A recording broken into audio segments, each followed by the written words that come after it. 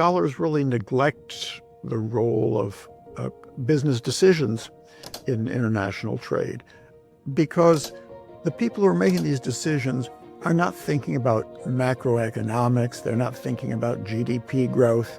They're thinking about their own companies, their own businesses. How do they improve their profitability? Today I'm joined by Marc Levinson, an economist, a historian, and the author of the seminal books, The Box, Outside the Box, and An Extraordinary Time. Across all three books, what I found to be extremely useful is that we get to see the evolution of globalization from its early days in the Industrial Revolution to the modern digital age, where we get to see globalization happen at such a massive clip.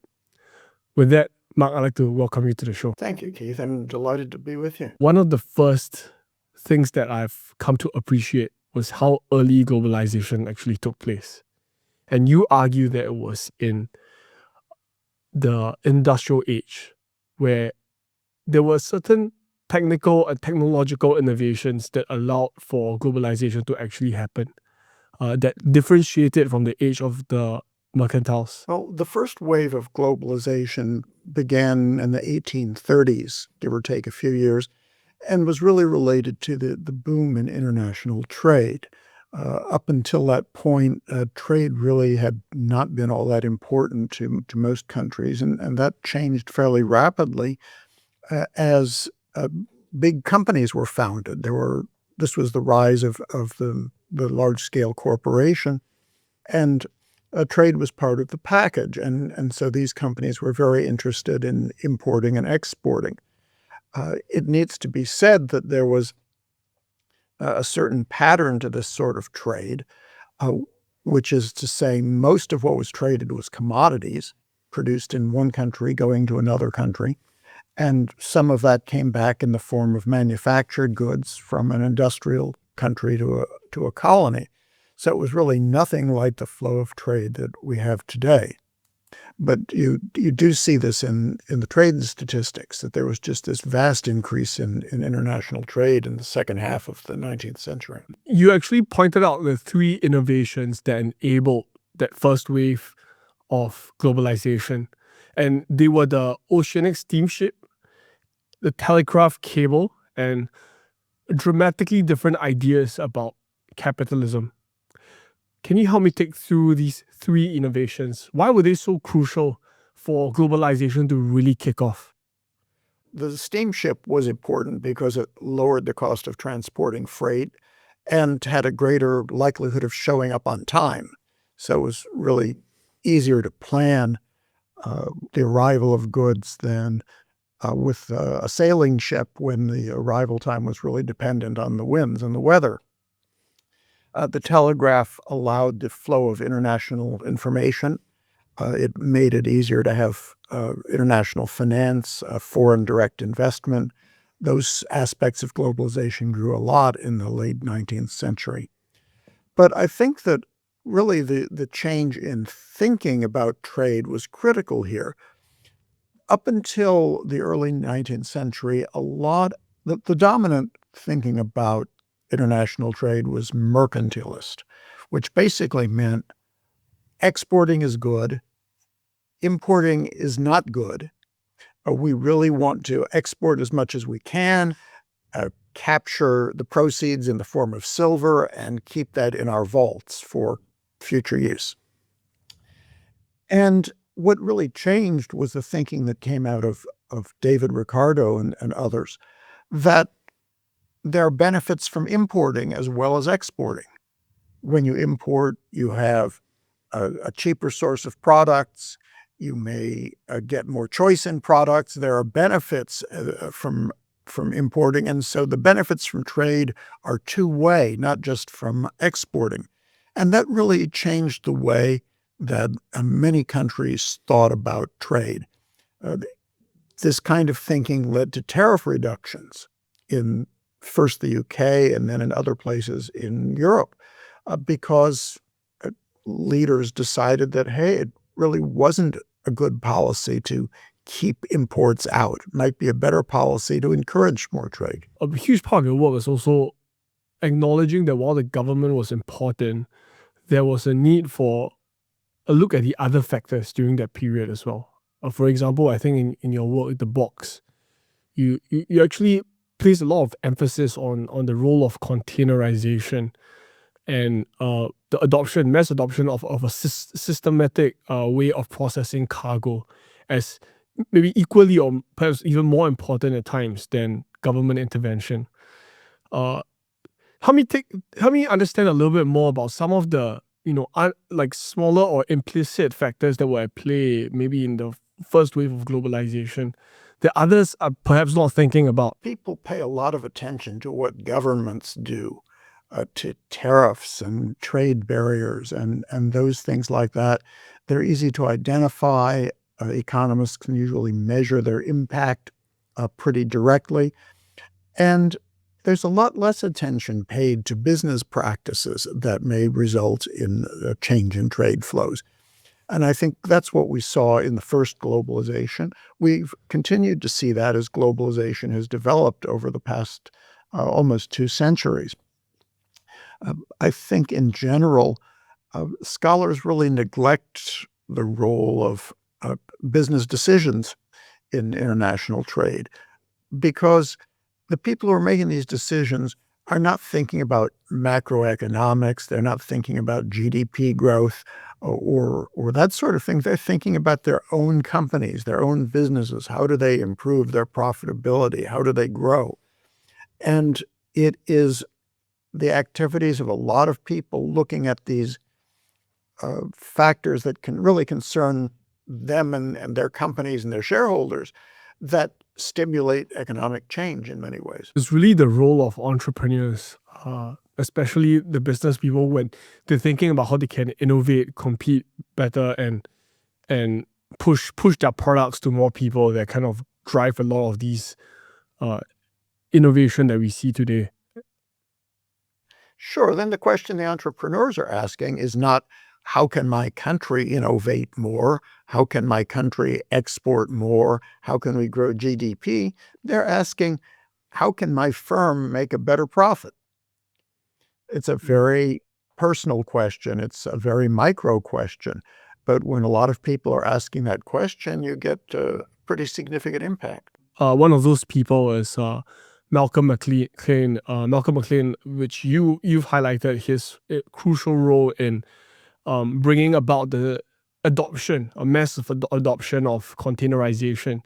And you make a very persuasive case that maybe the box or the adoption of the box was perhaps the most crucial 20th century invention that really accelerated the process of globalization.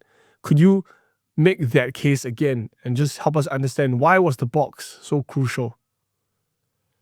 Sure. A little background for the people who are listening and watching here. The cost of international trade was pretty expensive in the post-World War II period. It was not at all uncommon that shipping goods internationally could cost 20 or 25% or more of the value of the goods. And so this by itself really limited what was traded. A lot of things were just not worth trading because it cost too much to ship them across the oceans. Trade was slow. It took a long time to get things to the port, to load them on the vessel, to get them unloaded and delivered at the other end of the voyage. And trade was often unpredictable. So all of those factors really were limiting the growth of international trade in the 1950s. Malcolm McLean, whom you mentioned, was in the trucking industry. And he originally got interested in shipping in containers for a very sort of micro reason. He ran trucks up and down the East Coast of the United States. There were a lot more cars being sold in the 1950s. His trucks were being delayed in transit. It was driving up his costs. And he got into this thing by thinking about, well, maybe if I were able to put my trucks onto ships and take them down the Atlantic coast, we'd avoid all that traffic and maybe save some money and make a better profit. So that doesn't sound like a very grand plan, but that's really where containerization in the modern sense started. He took an idea that had been around for 2 centuries, the idea that you could more efficiently ship a lot of little things by putting them into a big box. And he found a way to make this financially viable. People had experimented with containers, but no one had actually made any profit off them before this. And so it was really his attempt to solve a small problem that concerned his company that led to a whole series of events that really made globalization possible as the container was adopted around the world. As you've pointed out, that there were many people in that industry themselves who want to actually adopt containerization. I mean, it seems very intuitive, right? That rather than having a break bulk process where you're putting goods in, like your goods are sprawled out everywhere, you really want to put them in container and organize them efficiently. Then the question would be, well, why was it not financially viable before he came along? What was the core insight that he had that perhaps his peers didn't? There were several reasons it was not financially viable. One is that the businesses that tried to use containers previously didn't have much of a system. Okay, they could put goods into a container and put the container on top of a horse-drawn wagon or a railway car. But what they do with the container at the other end of the voyage? Okay, at the other end of the trip, they could take the container and put it aside and hope somebody else would use it eventually. They could take it and tear it up and reuse the wood or the metal for other purposes. But that's not really a very efficient way to use containers to make a single trip and then have to put them aside. A lot of the companies that got involved with containerization in the early days, and I'm talking now about the 1920s, 1930s in the United States and in Europe, a lot of the companies that were engaged in this were very preoccupied with keeping their customers. So they wanted container designs that would only go on their freight cars or only go on their ships. They didn't want the possibility of a container that could go anywhere because their customers might choose to ship on a different railway. So that really limited the growth of containerization. And in some ways, it wasn't very efficient, particularly in ships, because the ships weren't designed for it. The ships are not square. Ships have round sides. And so if you've put a big box along the side of a ship's hull, you've got a lot of wasted space. And that's how these early containers were sent. If they were sent internationally, they were lowered into the hull of a ship and pushed to one corner or another, taking up a lot of space, which was a pretty inefficient way to go. So for all of those reasons, containerization had really never gotten very far. Part of McLean's insight was that the container had to be useful for shippers. There had to be some benefit. This was not something that he was inventing in the expectation that his company would reap all the benefits. There had to be something in this new system that he was developing that would benefit shippers. And so that's what McLean did. The container himself, it was not his invention. It was not his creation. His insight was really that customers didn't care about the ship. They didn't care about the railway car. They didn't care about the truck. They wanted to get their stuff where it was going cheaply and reliably. And if a container could do that, there was a lot of business to be done. If you think about what he's done, he's pretty much open sourced the entire system, and perhaps was one of the first more successful examples of open sourcing an idea and innovation. But how did he capture value on his end? Yeah, in the early days, McLean was losing money. Okay, the world was not sitting around waiting for the shipping container to arrive. So he was using containers on domestic routes in the United States, down the Atlantic and Gulf of Mexico coasts from Newark, New Jersey to Houston, Texas, and then to Puerto Rico. And there was limited interest. He was initially not making money, but he was very committed to the concept. He put his personal wealth at stake.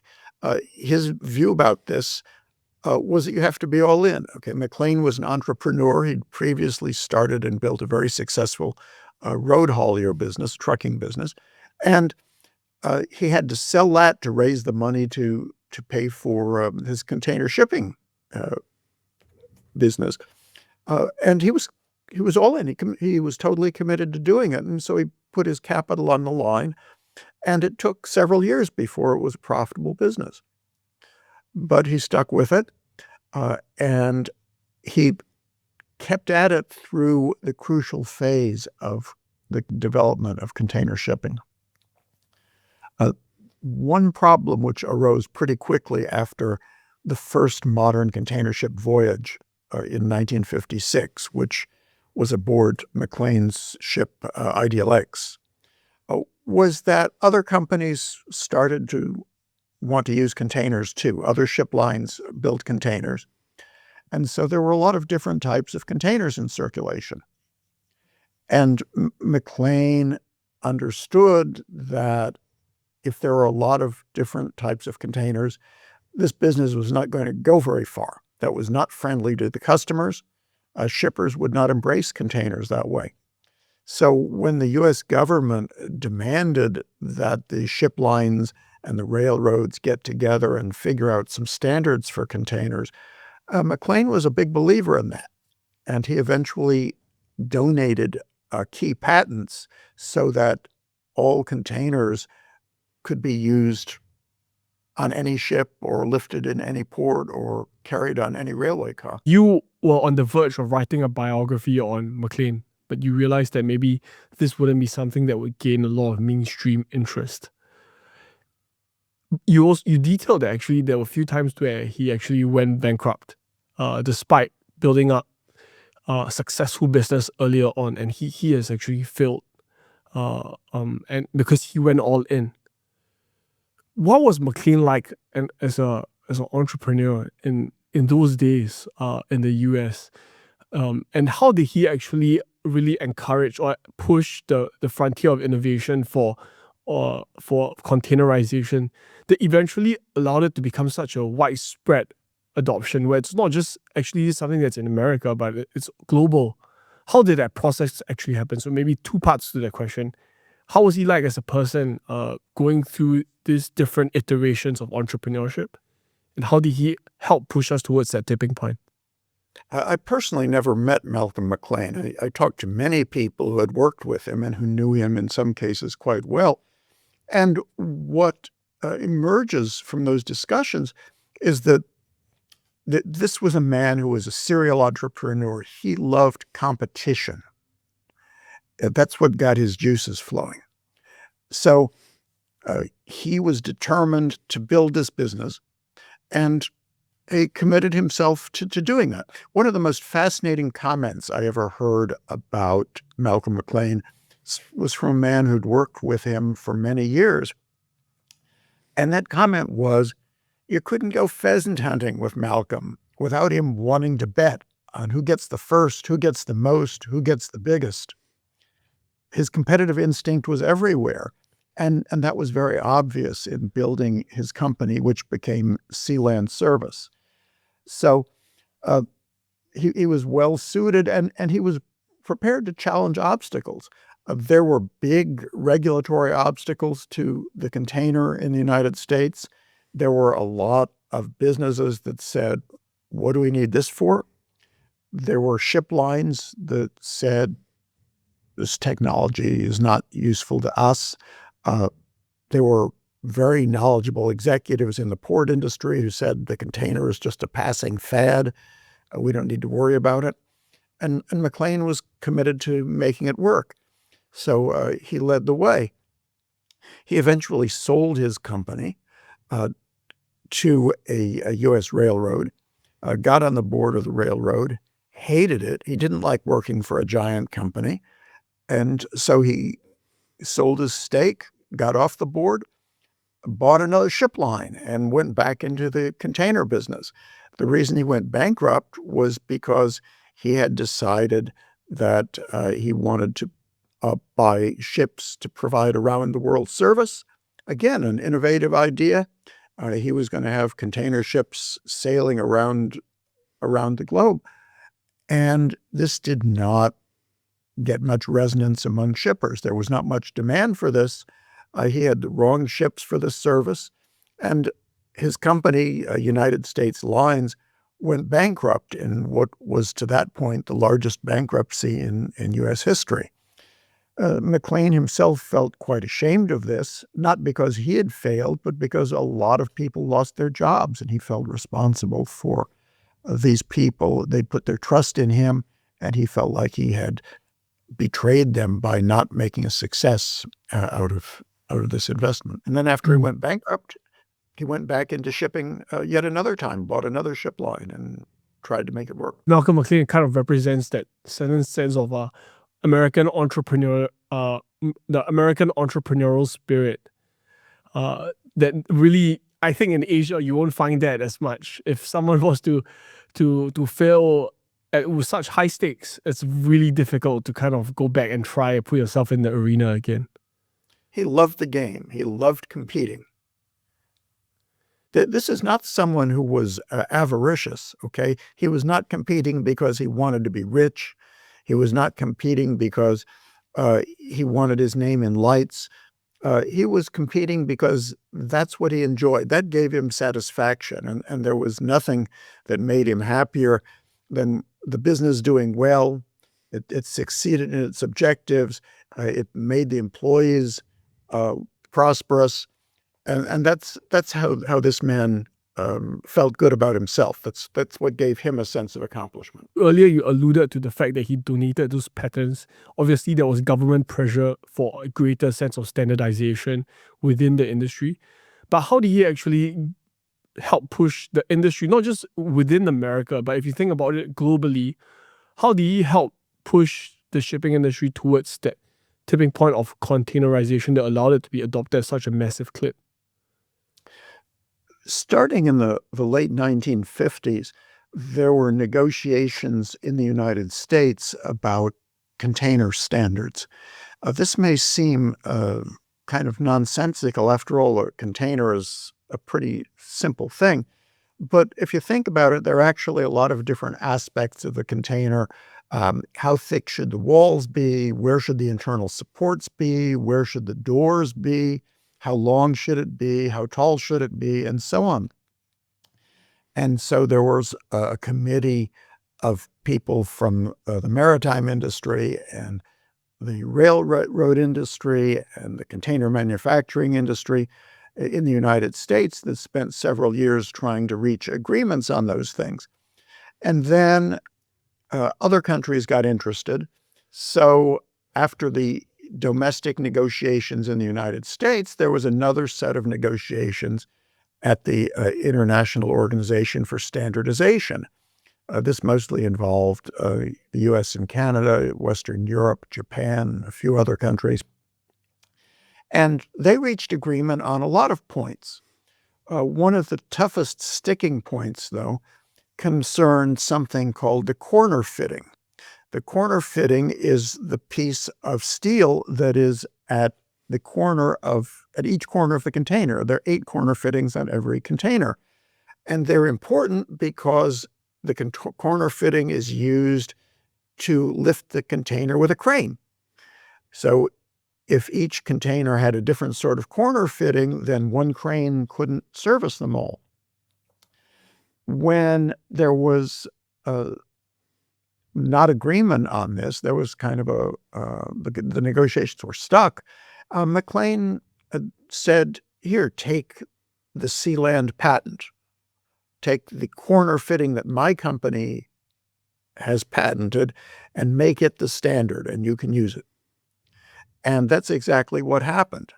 So all of a sudden, every container around the world had the same corner fittings, which meant that it could be lifted by a crane in any port or in any rail yard. And this was really essential to making the container an international business. Before there was standardization, investment in container shipping had pretty much stalled because no one wanted to build a ship and then find out that it was not the ideal size for the new standards. But once there was an agreement on standardization, lots and lots of money flowed into container shipping. The first transatlantic container ship voyages came about after this happened in 1966. So standardization was really key in the development of global container shipping, and Malcolm McLean's contribution of the corner fitting was key to the spread of containerization. That's so fascinating that it was this small pattern that might seem almost pedantic or boring that actually really kickstarted that revolution in the way we transport goods. And one of the things that, when I've been reading your books is that a lot of these innovations have a lot of knock-on and industry-altering effects. So, for example, in Singapore, when our first founding prime minister was asked about the most important technological innovation for him was, he mentioned that it was the air conditioner, because that allowed Singaporeans who live in a very hot, humid, and temperate climate to transit into knowledge work. Because imagine if you're in our part of the world, it's almost impossible for people to be working at their desk if it was only going to be ventilated by fans, for example. So he really saw the air conditioner as something that was paramount to Singapore's transition into a knowledge-intensive industry.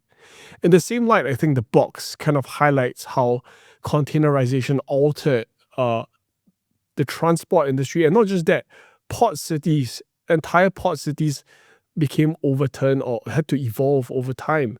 And Singapore being a port city, as just a port city in Southeast Asia, we had to roll the times. So I guess the question I had to ask was, how did this adoption of containerization fundamentally alter the way port cities had to operate?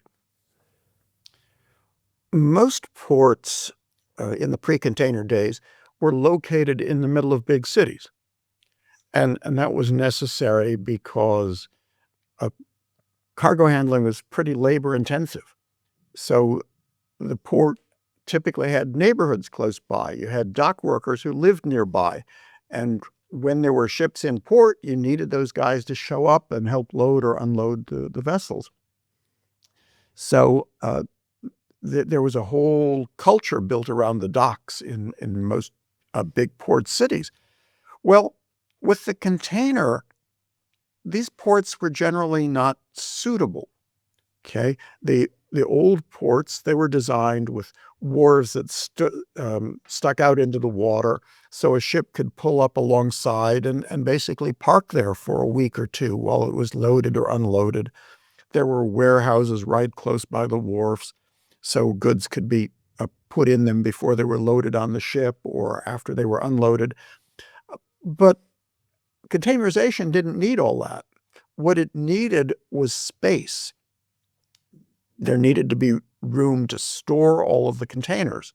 And so this required a large open area near the docks. Well, port cities didn't have that. And so there were really two options for the ports. One is that they could move out of the center city, move to a location where more land was available, which is what happened in New York City, for example, where the port moved across the Hudson River to New Jersey. And it happened in London, where the port moved out of London and up the coast. Or you could create a new port area where there wasn't one before. This required somehow getting a lot of land, whether by landfill or some other means, and dredging, so these increasingly large container ships could come into the port, unload their containers there, take on containers that were waiting there. Singapore made the choice to build a new port, basically. There was a lot of land filling. There was a lot of thought given to where this port should be put, and it proved successful. And then, of course, over the years, it turned out that a much bigger container terminal was needed, and it did the same thing again on a larger scale. But many port cities lost their economic function with the container. This is hard to remember, but you had in major ports, you had tens of thousands of people who had jobs that revolved around the docks. These were people who loaded and unloaded cargo. These were truck drivers who took cargo to and from the docks. These were warehouse workers. And in a place like Brooklyn, for example, part of New York City, the docks just closed during the 1970s. And people whose whole lives had been built around the docks, they lived in dockside neighborhoods, they worked in freight transportation, and their jobs simply vanished. And it took a long time for cities like New York and London and San Francisco and many others to recover from the loss of their maritime industry because they were just not suited for container transportation. With great technological innovation, the scale of structural unemployment is something that's often underreported or underappreciated. Even today, I think if we look at the advent of AI, I think a lot of people are talking about, the disruption that will cause to knowledge workers. And I think a part of it is maybe because we're self-interested. We're obviously in that field. So a lot of us are concerned. But actually, a lot of the structural unemployment, as you've pointed out, actually did happen in previous generations when other technological innovations were introduced. And they were kind of brushed away, but they had very real impacts on the people. They had a real impact on the people. People lost their jobs. People lost their incomes. Entire communities where families had lived for generations were wiped out. But something else happened too, which I think does not get so much credit. And that is people felt devalued. Okay. In the pre-container days, the dock workers were responsible not only for physically putting the cargo on the vessel, but for deciding how the vessel should be loaded. They had expertise. They knew how to load the vessel to keep it balanced, to keep the cargo from shifting during the voyage, to make sure that fragile cargo wasn't damaged, and so on. They had gained over their years of dock work a lot of expertise about the best way to load a ship. Well, with containers, that expertise was worth nothing. Okay, and so the skills that they had developed over many years of service and experience were suddenly worthless. And I think that this was really debilitating to many people who had spent their working years on the docks. It's almost as if the tacit expertise that they've accumulated over the years literally dropped off a cliff. And this is actually a real problem. And if the past is prologue, if we could go back in time, what would the right policy response be? And I wanted to caveat that the reason why I'm asking this is because we're seeing that same level of disruption here. So if there's a lesson to be learned from the past, what would that lesson be? I don't think you can avoid the disruption. I think there is a lesson in how to deal with this kind of situation. When the container came into being in the United States, there was a lot of talk about automation. It was a big concern nationally. There were presidential commissions examining the consequences of automation. And the dock workers unions got very involved in this discussion.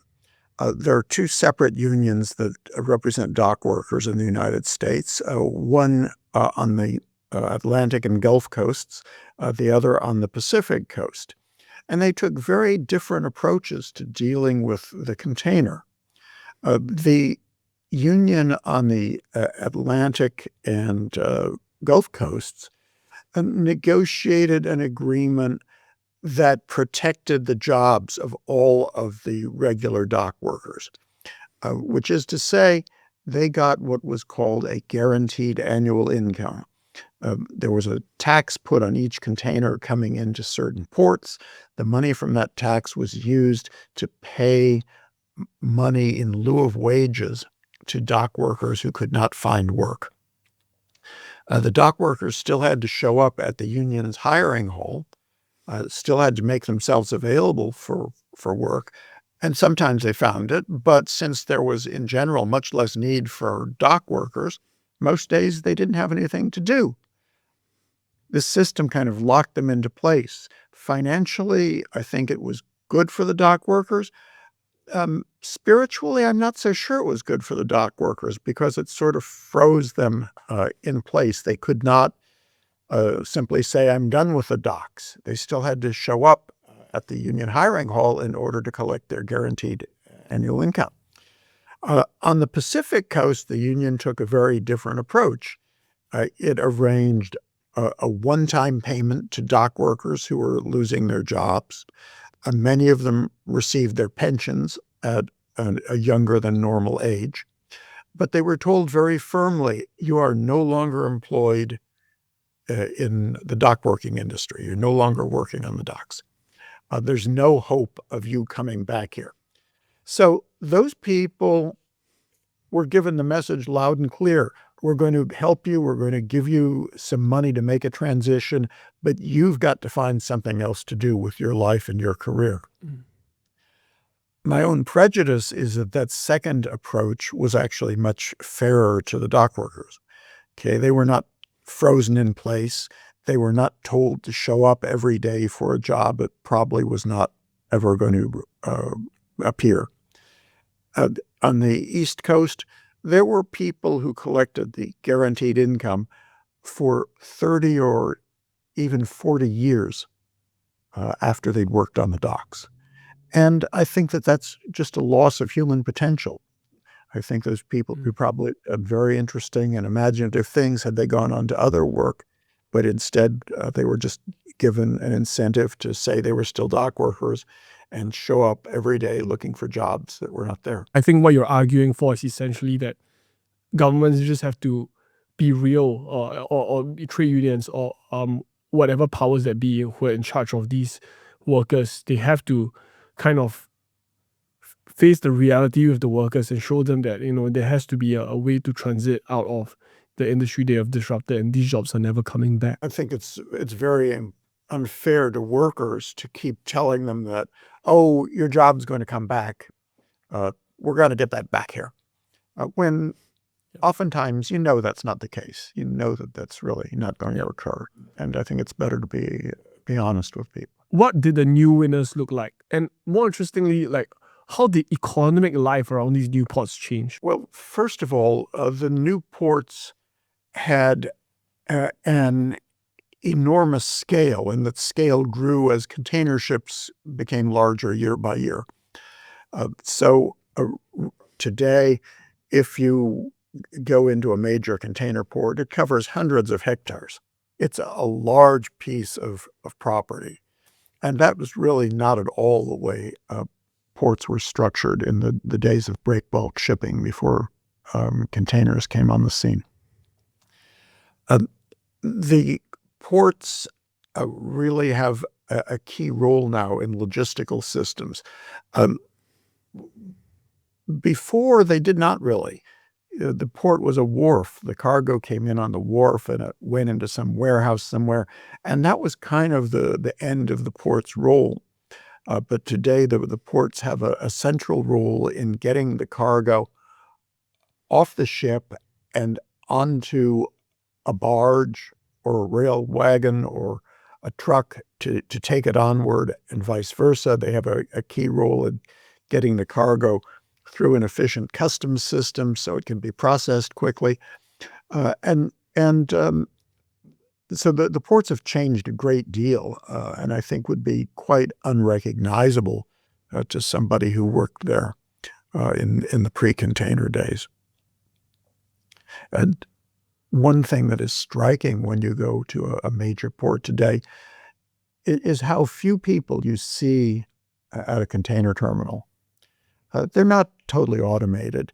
There are some workers around. There are certain things that still need to be done by people.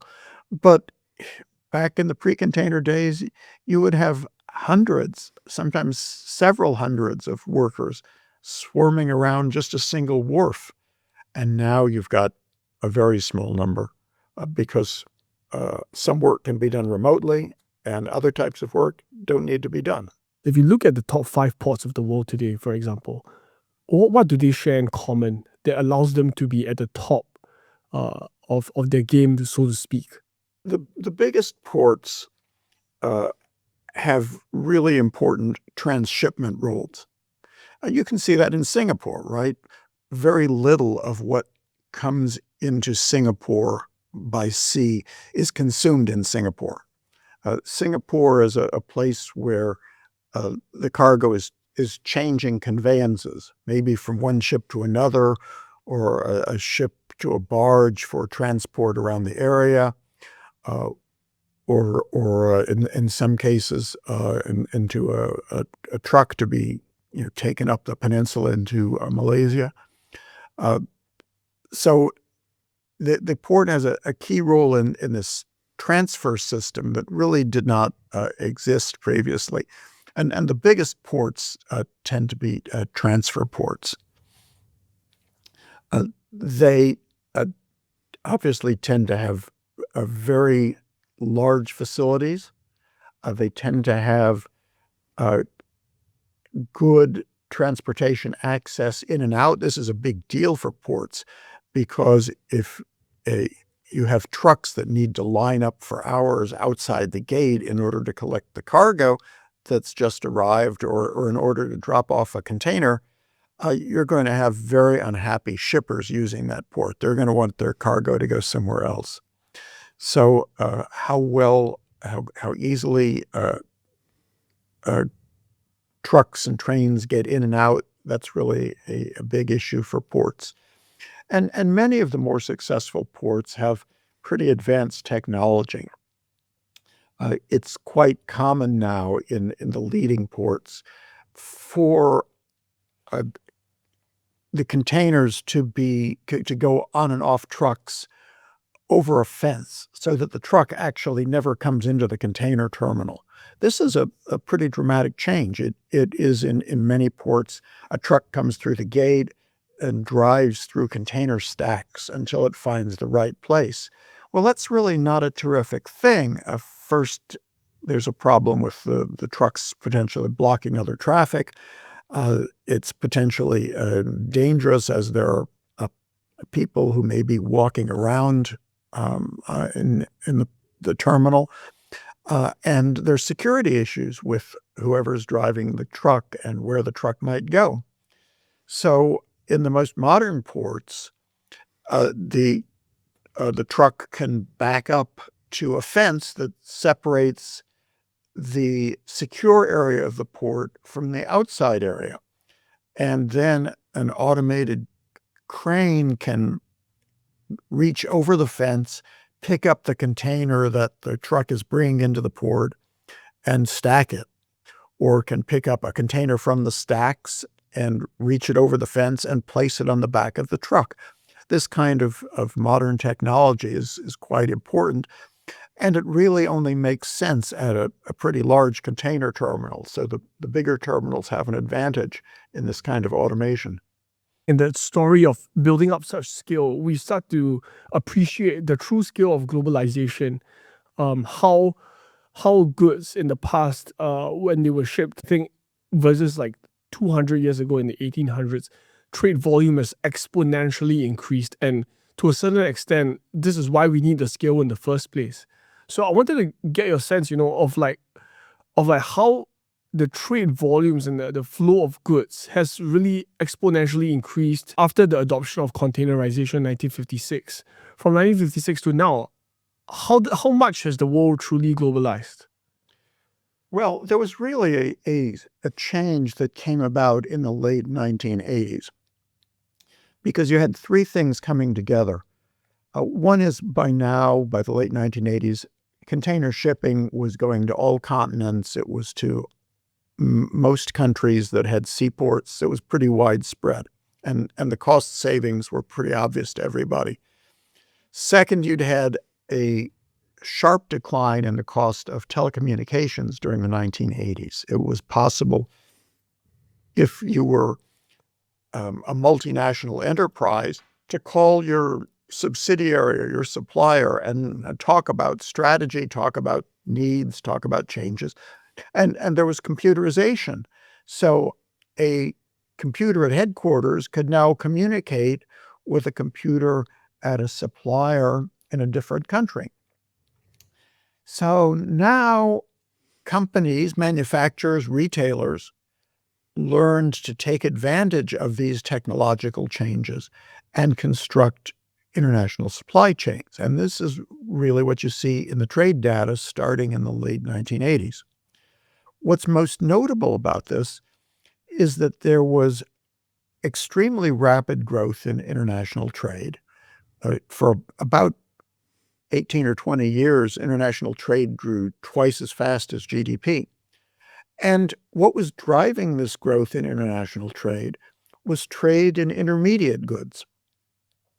This is something you never had before. Okay, up until the late 50s, most international trade was in commodities, not in manufactured goods.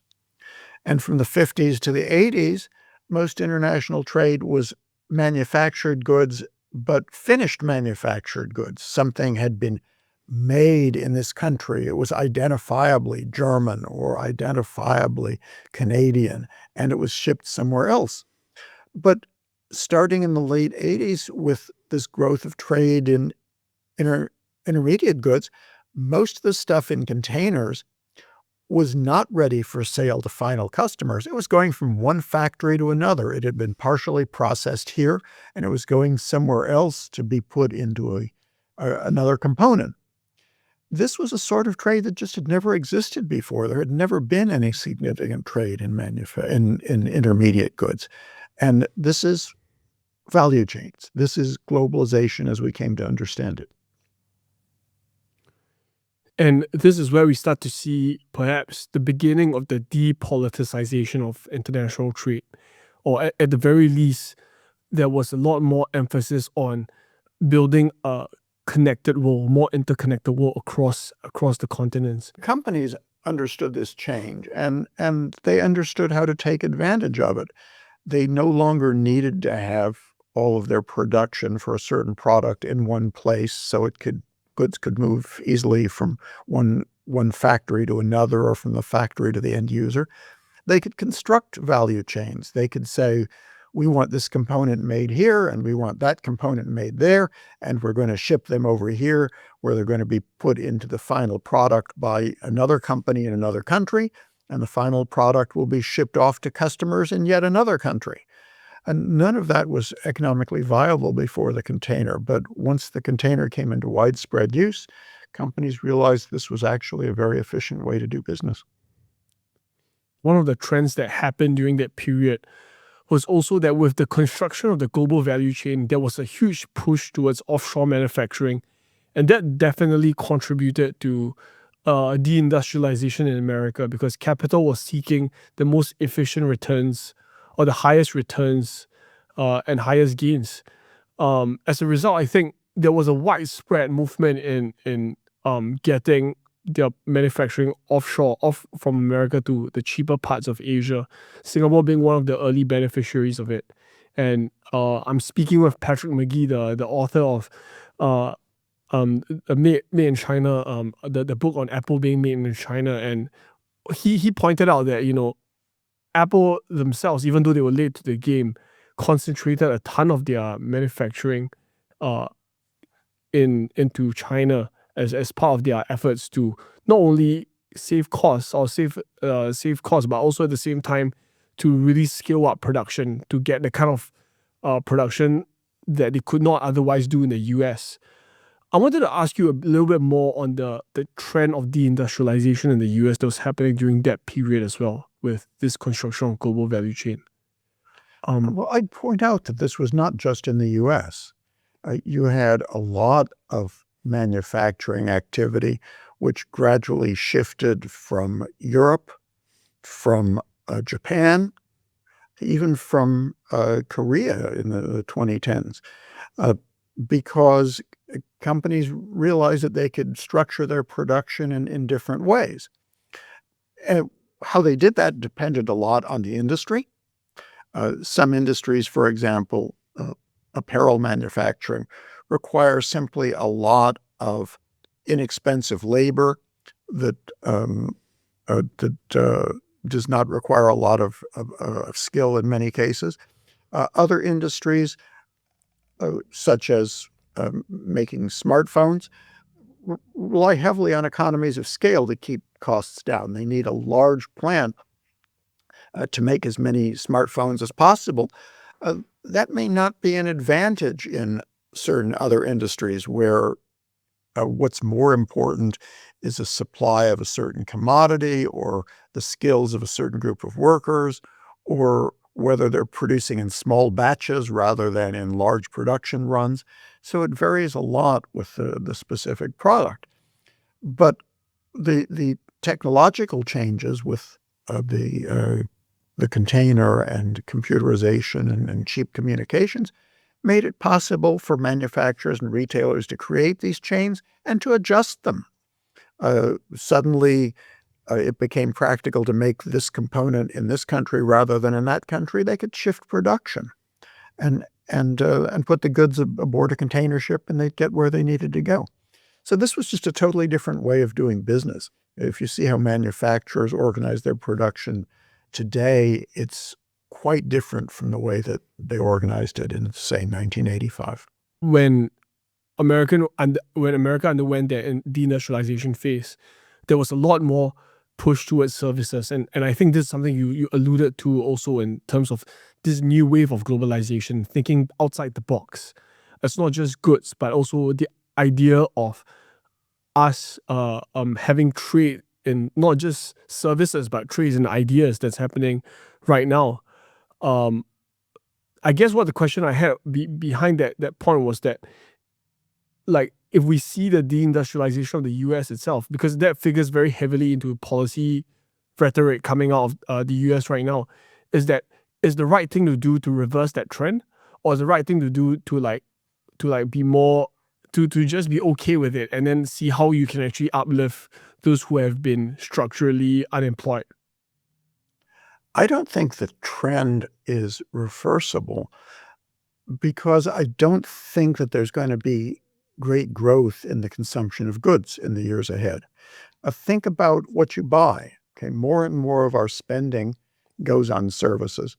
More and more business spending goes on services too, software and research and things like that. So physical production matters less than it used to. An electric vehicle, well, yes, you have to bend the metal at a factory somewhere, but a huge part of the value of that electric vehicle is in the software, not in the hardware. And that's true of many, many goods. We're seeing pretty weak business investment in equipment around the world. Why is that? Well, one reason is that if your factory machine is 10 years old, maybe you don't need to scrap it. Maybe rather than buying a new machine, you can update the software and keep your machine working for another 10 years. So we're really seeing very big changes in consumption patterns, both on the part of households and on the part of organizations such as businesses. And that's affecting the course of international trade very much. I think the days when trade grew faster than the economy are long gone. Okay, we're going to see international trade grow, but grow slowly. A lot of the trade in services is not well measured, and in some cases it can't be well measured because of the really conceptual issues. It's hard to put a number on it. In some cases, it's hard to know when it's occurring. Trade in physical goods is fairly easy to count because it all has to pass through a customs office somewhere. That's not the case with trade in ideas. And so a lot of what is being exchanged internationally, we can't even track and we can't put a value on. There's a lot of talk in the media now about the death of globalization, meaning that it's over because of geopolitical fractures and rising rivalry between the US and China. So there's a lot of talk on this idea that globalization is dead. I wanted to get your take on what do you think the right narrative should be. I think globalization is taking a very different form now from what it took since the 1980s. Okay, the creation of what were then called supply chains was about stuff. It was about getting physical products from here to there and eventually making a physical product for sale. The terminology has changed from supply chain to value chain, and that really reflects the fact that so much of the value in these goods comes from the intellectual property, whether it's the research that goes on to develop it, or the design work, or the marketing work. That's where a lot of the value is now, and that's not going to change. Countries that try to cut themselves off from the flow of ideas are going to be big losers.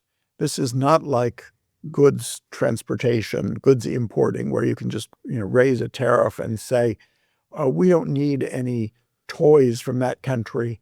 We're going to raise our tariff and make our own toys.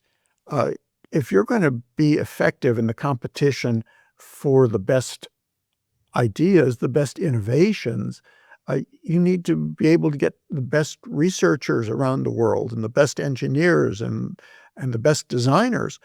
And you can't put up barriers to them. If you keep new ideas and new thoughts from coming into your country, you're going to be the loser. And so in that sense, I think this new age of globalization is really going to be quite different from what's gone on before. So how would the winners look like? What are the recipes that a country needs in order for it to be a net winner in this new age of globalization? Education is a very big one. You need to have a base of skilled workers. There's a lot less demand for low-wage labor than there used to be. That just is not so important in a lot of the decision-making about where things should happen. You need an excellent telecommunications system to be able to handle the flow of information. People expect to be able to communicate with their partners, their fellow workers, their customers, their suppliers anywhere in the world instantly. And a chancy telecommunications system is definitely not going to work. And you really need to encourage exchange.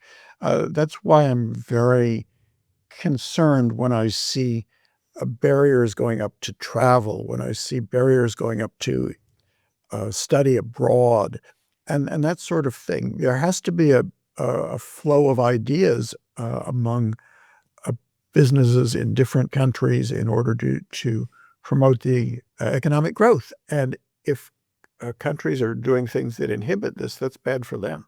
And from Singapore, the way I've been observing, just from my observation, is that, in the US, there's been a huge inward turn. There is a sense of, a gating up of sorts, that they are not as open as they were in the past, say, and maybe it's golden age where it was perhaps 40% of the global GDP and now it's at 26%. There is a certain sense of dissatisfaction with the open flow of information, of trade, of goods and services.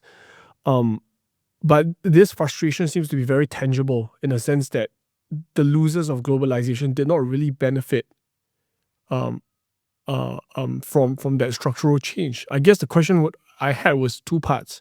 Is that sentiment justified?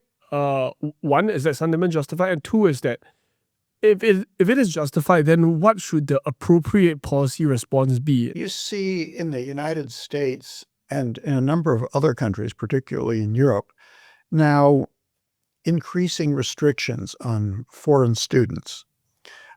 What is said by the U.S. State Department is that studying in the United States is a privilege, not an entitlement, and we have a right to decide who's going to come into our country. Well, in my view, having the smartest people in the world want to come and study in our country is a privilege for the United States. We should welcome them. We should be happy to have them. We should be eager to have them because our future economic growth depends on that. So if we're going to cut ourselves off from this flow of very smart people, we're making a very big mistake. And that's not creating any jobs for anybody who got displaced when a factory was closed. There may be resentments out there, but this kind of policy is not improving the lot of someone who's lost his job at a steel mill. It's just saying, we're independent and we don't need you. And I think in the age when ideas and intangibles matter so much, that's just a really bad direction to go in. But there is still the problem of inequality. A huge part of this dissatisfaction of globalization is that, like the benefits are spread very thinly, but the losses are felt very acutely by a certain sector of its population. So I think that you need to be honest with people. Okay, you need to say, the world is changing constantly. Jobs disappear. Clinging to an old industry just because it's an old industry is a bad idea. You should look forward, okay? And we need to encourage people to find new careers. We need to encourage people to train and retrain and support those kinds of things.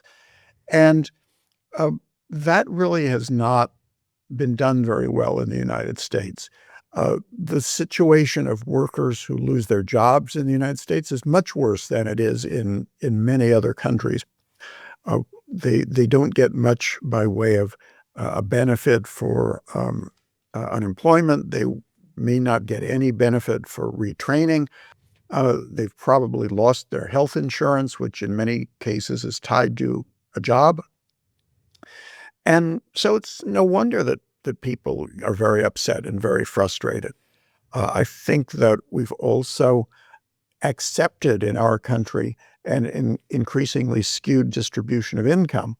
And that doesn't really have to do with globalization. That has to do with our own domestic tax policies and labor policies. This is something that we could address in the United States if we chose to.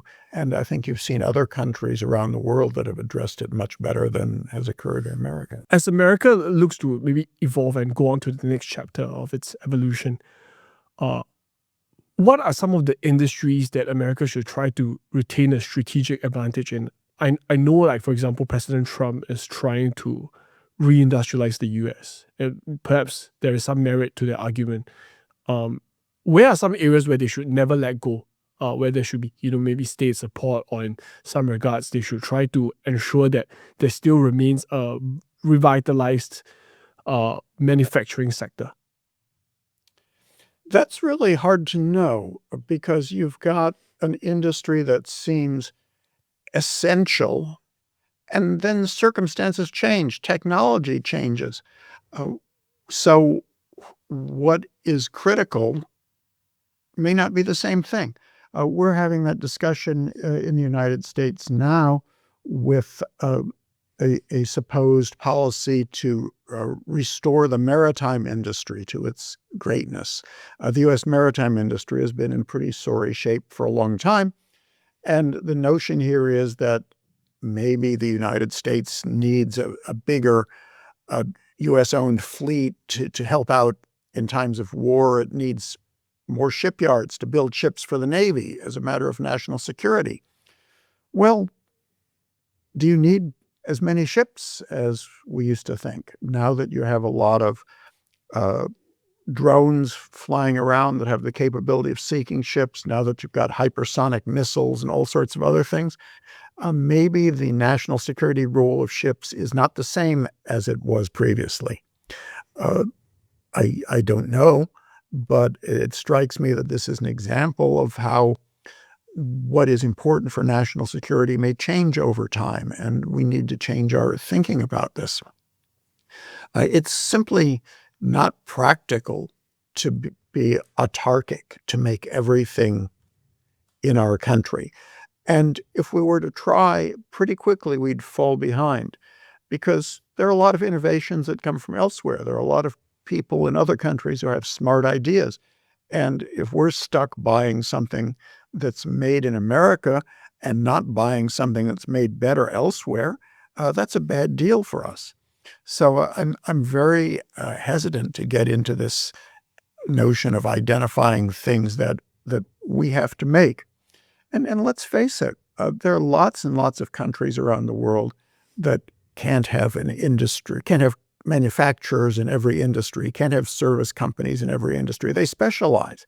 They do certain things and they trade with others to do certain other kinds of things. And I don't think that's necessarily a terrible idea. One last question. If there was one piece of advice you give to graduating students entering the working world today, what would that be? The world changes. The world changes very quickly. And it's your job to keep up with that. So you can't think of yourself as settled into a job, settled into a career, and doing what you're doing for a long time to come. But no matter how much the world changes, there's still a role for person-to-person relationships. I think the importance of those has not gone away, and it's going to be really critical in building your own career or whatever you choose to do. With that, Marc, thank you so much for coming on. I really appreciate you staying this late, and we hope to catch you in Singapore one day. I hope so. Great. Hey, thank you very much for having me. Thank you for listening to today's episode. If you are watching this on YouTube, please consider subscribing and turning on notifications for whenever new episodes are out. If you're on Spotify or Apple, it would help us greatly if you could leave a 5-star review on those platforms. Once again, thank you for tuning in to the Front Row Podcast.